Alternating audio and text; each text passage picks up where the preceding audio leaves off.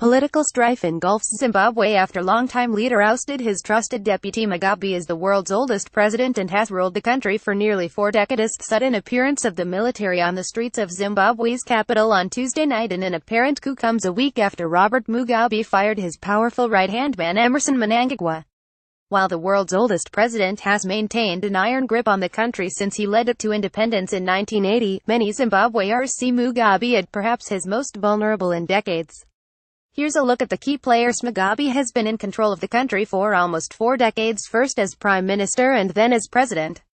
For the 1980s and part of the 1990s he was feted at home and abroad, but gradually became more authoritarian and by 1993 had instituted the Land Acquisition Act, permitting the government to force white farmers to give up their land for redistribution to black Zimbabweans.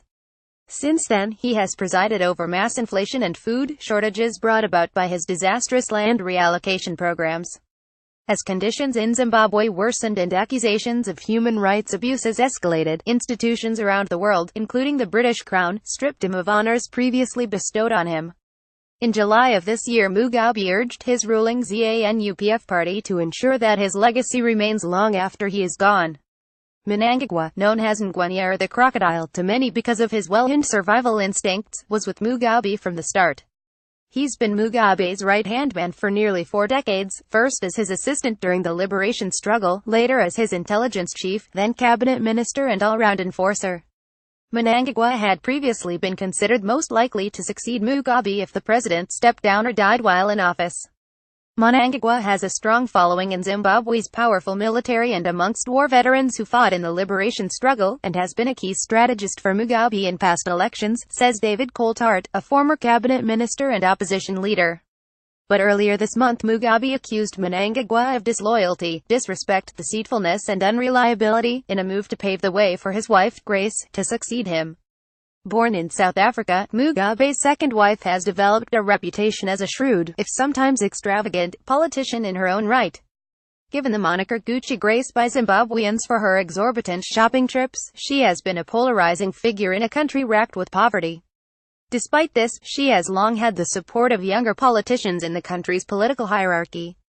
Mnangagwa's sudden dismissal was seen by many as a way for the president to appoint his wife, Grace, to the position, prompting widespread discontent among formerly loyalist supporters. Grace Mugabe without Robert Mugabe will not survive a single day politically. But as long as Mugabe is there, she will do what she wishes, says Alex T. Magasa, a lecturer at Kent University and former aide to ex-Prime Minister Morgan Tsvangirai.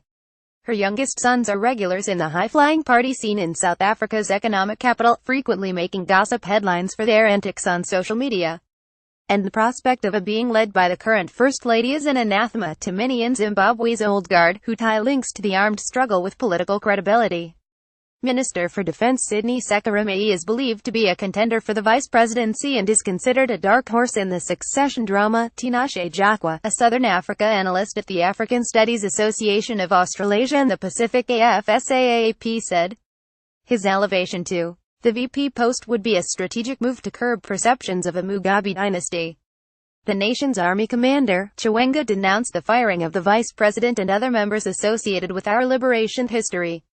On Tuesday he held a press conference in which he threatened to intervene should his political allies continue to be sidelined, warning that if the purge of senior ZANU-PF officials did not stop, the military will not hesitate to step in. In response to the conference, ZANU-PF accused Chiwenga of treasonable conduct. The Army Chief of Staff became the face of the political turmoil late Tuesday when he appeared on Zimbabwean state TV to assure citizens that their country was not in the throes of a coup. To both our people and the world beyond our borders, we wish to make it abundantly clear that this is not a military takeover of government, he said. What the Zimbabwe Defense Forces is doing is to pacify a degenerating political, social and economic situation in our country, which if not addressed may result in a violent conflict. In the broadcast, Moyo spoke of targeting criminals around the president. Former Prime Minister and trade unionist Morgan Tsvangirai entered government as part of a power-sharing agreement from 2013, where he served as chairman of the Council of Ministers and deputy chairman of the cabinet as well as prime minister. In the late 1990s, however, he was a trenchant opponent of Mugabe and his ZANU-PF party and organized general strikes in protest at the government's management of the country. His Movement for Democratic Change (MDC) party was launched 2 years later. He campaigned under difficult, often violent circumstances, was jailed for treason several times and severely beaten by Mugabe supporters on a number of occasions. He claimed victory in a 2008 election but pulled out, claiming it had been marred by the widespread intimidation, torture, mutilation and murder of his supporters. However, after successful negotiations, Mugabe and Tsvangirai signed the Global Political Agreement, which stated Tsvangirai will become prime minister and Mugabe will remain president, commander-in-chief and chairman of the cabinet. He left the power-sharing agreement in 2013, again claiming widespread fraud in that year's election. CNN's David McKenzie contributed to this report.